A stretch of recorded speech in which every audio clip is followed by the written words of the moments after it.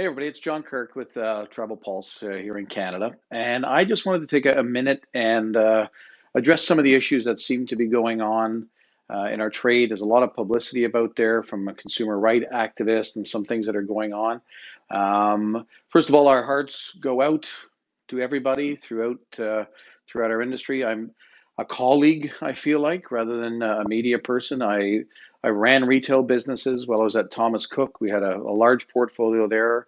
I oversaw all of Bel Air Travel, Last Minute Club, all the brands that we had there.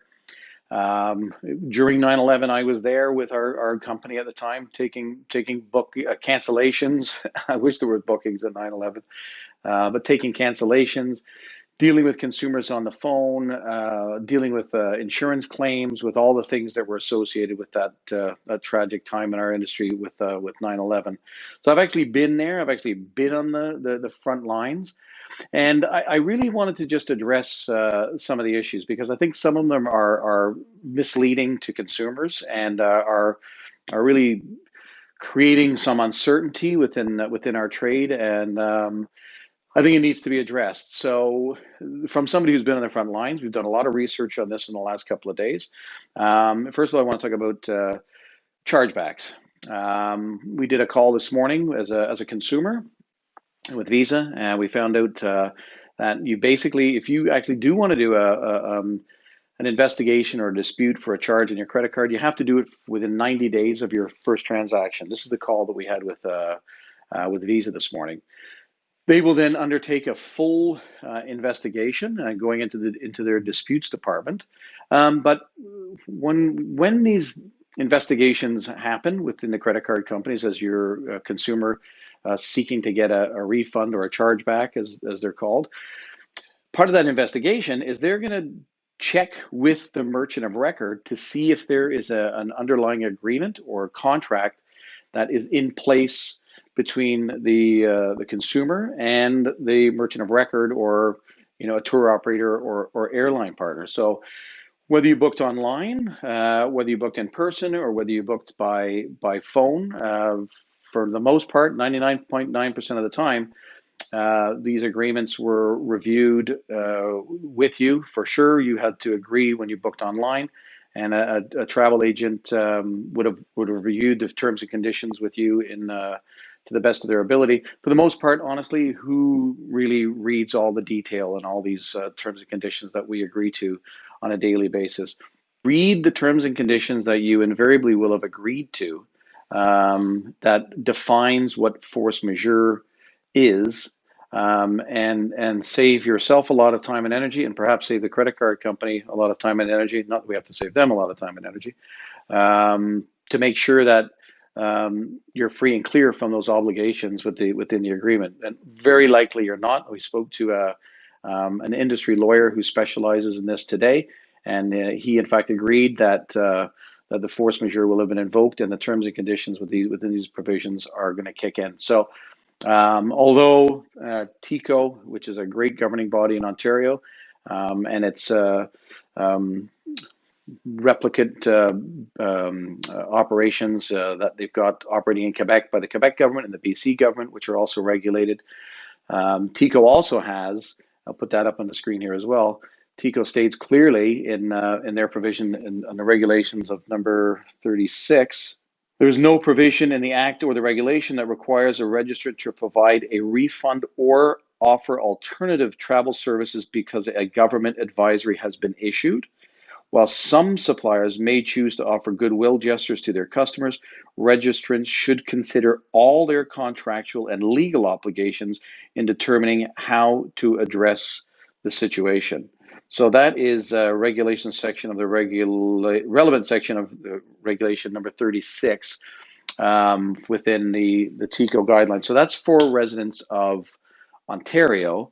And again, that refers to making sure you check with your terms and conditions that are associated with your booking, specific for registrants of TICO. So that would be most tour operators and travel agencies operating in the province of Ontario. Airlines is very similar with their force majeure as well. Force majeure has, for the most part, been invoked because of the global pandemic and the COVID crisis that's underway. For the most part, because force majeure has been invoked, there is no liability assigned to the tour operator, airline, et cetera, that you as a consumer are contracted with and bound by the terms and agreement of the contract that you entered into when you made your transaction, for them to refund or even give you a future travel voucher, quite frankly, for that matter. So at the end of the day, we are going to all travel again when we get through this. It seems that for the most part, the airlines and tour operators, it varies, are offering future travel vouchers that are running up to 24 months. So you can actually use your credit within the next 24 months. And in addition to that, there's actually some tour operators and others that are actually offering a bonus as well. So you get 100% travel credit awarded to you, but then there's another 25%, which is, I guess, done as an apology or a thank you or something to ensure you return back with them. So you're actually going to get 125% credit. So the best thing is to talk to your travel agent about these things. If there was ever a moment in our time outside of the crisis we went through with 9/11, that the value of a travel agent is most relevant, it's right now. Because if you booked a product directly with a hotel, in Jamaica or in Barbados or in the US for that matter, and you're wondering what's going on, chances of getting any kind of feedback or insights as to what's happening with your booking, it can be very tough to do that. If you've got a reliable professional travel advisor that helped you with your transaction, they're busy as heck. They're being impacted dramatically right now because of this crisis, but they're there for you. And down the road, the travel advisors and the travel and tourism community across Canada are all there to continue to serve when we get through all this crisis. So be thinking of them. We're all going through a very difficult time, but at the end of the day, we all have to come through this together as a tourism and hospitality industry and all the other industries that are affected from this business. So I wanted to pass this information along because we've done a lot of research today, and hope it's provide some clarity, and also hope that it will dispel any misleading information that you may have been receiving. If you want follow up with your travel agent on this sort of information, but first of all, check the terms and conditions that you are bound by when you made your transaction, and read about the force majeure clause that's in there, because that really, at the end of the day, is what's going to determine the outcome of any efforts that you may have to try and get a cash refund. And take the future travel voucher, because you're going to travel again, and we're going to need to travel again. That's with absolute certainty.